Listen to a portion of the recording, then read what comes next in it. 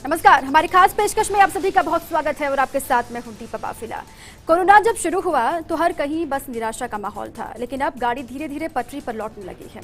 बात अगर health infrastructure की करें तो राजस्थान ने पूरी दुनिया के सामने मिसाल पेश की है, चाहे भीलवाड़ा मॉडल हो या फिर रामगंज मॉडल।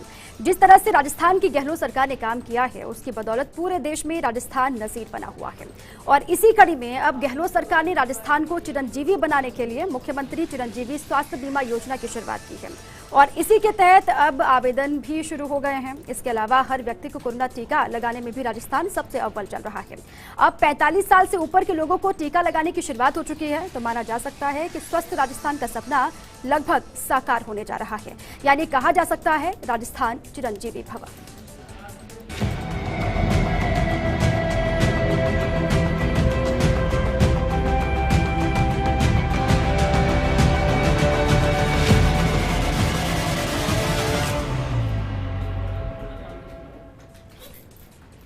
इसी को लेकर चर्चा करेंगे, लेकिन चर्चा से पहले आपको बताते हैं कि कैसे चिरंजीवी योजना का लाभ आम आदमी को मिल सकता है, राजस्थानियों को मिल सकता है।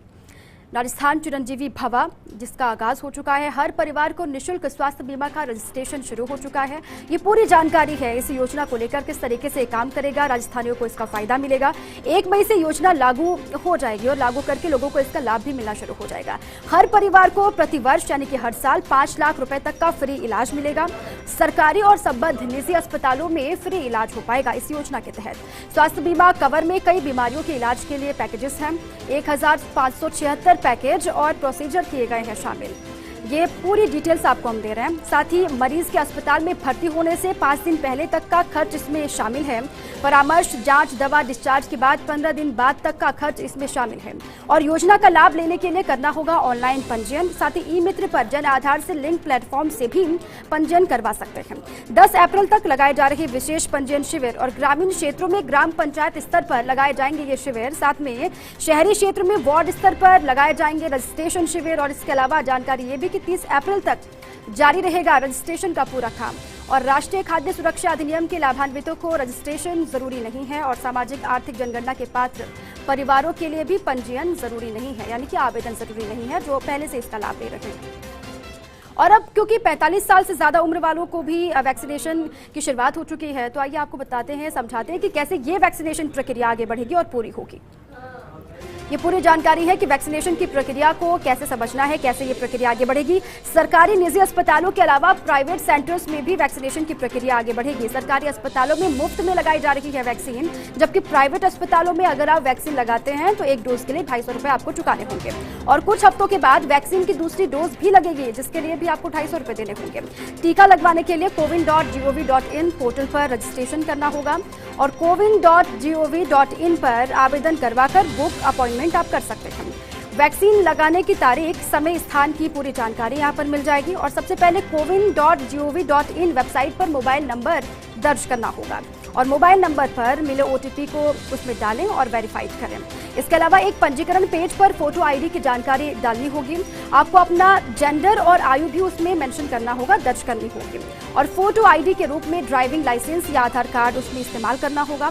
रजिस्टर करने के बाद मोबाइल नंबर पर एक कंफर्मेशन मैसेज भी आएगा और उसके बाद एक कैलेंडर आइकन दिखेगा, उस पर शेड्यूल फिक्स करें। और अब राज्य, संघ, राज्य क्षेत्र, जिला, ब्लॉक, पिन कोड भी उसमें दर्ज आपको करना होगा। इन सभी फॉर्मेलिटीज को दर्ज करने के बाद सर्च बटन पर आपको क्लिक करना होगा और आपके स्थान के आधार पर टीकाकरण केंद्रों की लिस्ट, जो पूरी सूची होगी, वो आपको दिखाई देगी। इनमें से कोई एक सेंटर आपको चुनना है, फिर केंद्रों पर उपलब्ध तारीखें आपको दिखाई देंगी और अंत में एक अपॉइंटमेंट सक्सेसफुल पेज सभी विवरण आपको दिखाएगा। और आप टीकाकरण विवरण को डाउनलोड भी कर सकते हैं। पोर्टल पर रोजगार 1 करोड़ रजिस्ट्रेशन के लिए, माफ कीजिएगा, पोर्टल पर रोजाना 1 करोड़ आवेदन या फिर पंजीयन एक्सेप्ट किए जाएंगे।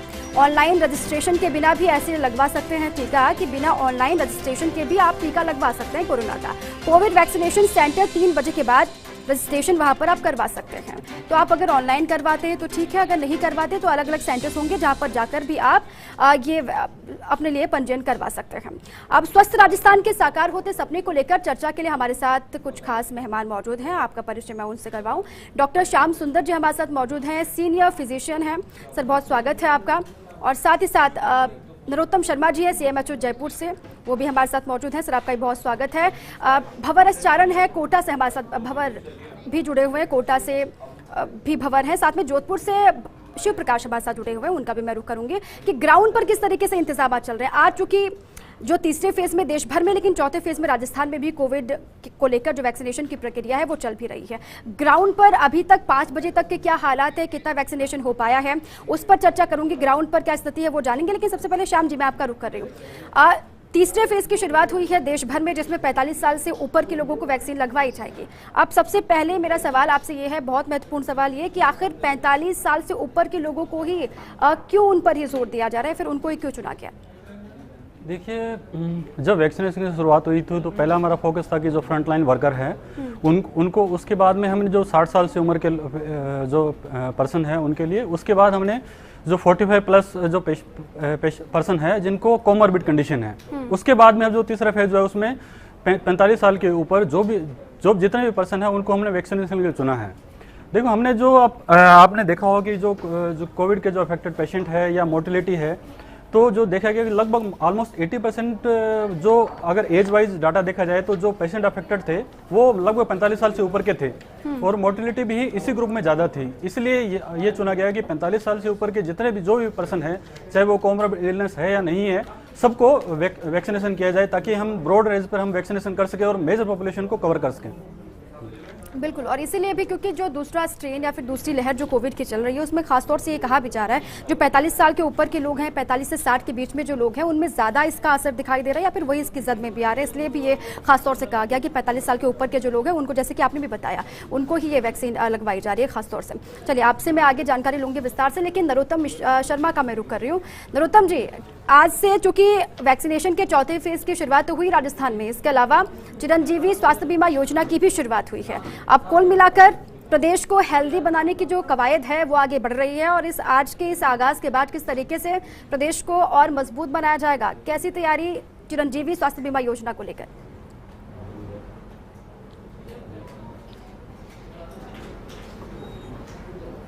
चिरंजीवी स्वास्थ्य बीमा योजना को लेकर राजस्थान सरकार माननीय मुख्यमंत्री महोदय द्वारा निर्देश दिए गए हैं। इसी पालना में 1 अप्रैल आज से हमने सभी जगह रजिस्ट्रेशन काम शुरू कर दिया है, और रजिस्ट्रेशन के दौरान हम सभी जगह पर जितने भी हमारे आदरणीय जो एमएलए हैं, मंत्री महोदय हैं या हमारे पार्षद हैं, जनप्रतिनिधि हैं, उनकी सहायता से हम ज़्यादा से ज़्यादा लोगों को हम इसके अंदर जोड़ना शुरू करना चाहते हैं।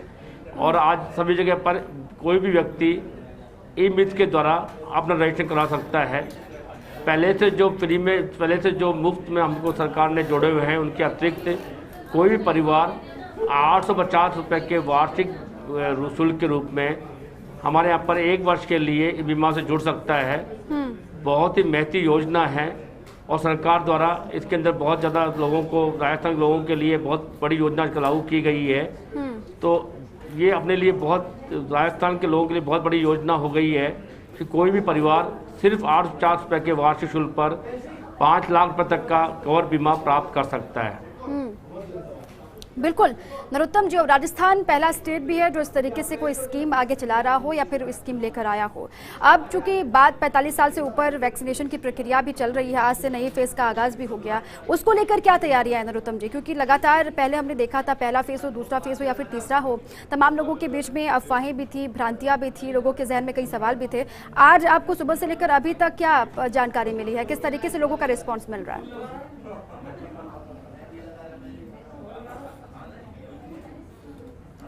आज से हमने पूरे राजस्थान के अंदर 45 साल से जो अबाउ लोग हैं उनके लिए हमने वैक्सीनेशन काम शुरू किया है, और सिर्फ जयपुर के अंदर हमें 20 लाख का टारगेट दिया गया है, और हमने इसके लिए 313 सेंटर स्थापित किए हैं, वैक्सीन सेंटर। हर सेंटर पर हमने 200 से 300 लोगों का वैक्सीन टारगेट दिया है। इसको लेकर हम 60,000 से 90,000 तक पर डे वैक्सीन कर सकते हैं। और मुझे खुशी है कि आज राजस्थान के लोग और जयपुर के, विशेष जयपुर के लोग बड़ा इसको बहुत स्वीकार कर रहे हैं। और कई सेंटर पर मैंने आज लाइन देखी है, लाइन में लोग खड़े हैं, अपनी बारी का इंतजार कर रहे हैं। मुझे लगता है हम निश्चित समय अवधि के अंदर इस टारगेट को पूरा अचीव कर पाएंगे। बिल्कुल, और यही उम्मीद हर कोई भी कर रहा है। जिस तरीके से कोविड का प्रबंधन हुआ नरोत्तम जी, उसी तरीके से उम्मीद भी है कि जो वैक्सीनेशन की प्रक्रिया है, जो टारगेट रखा गया है, कम से कम उसको तय समय के हिसाब से ही पूरा कर लिया जाएगा। आपके पास में वापस लौटूंगी, लेकिन जोधपुर जाती हूँ शिव प्रकाश वासे लगातार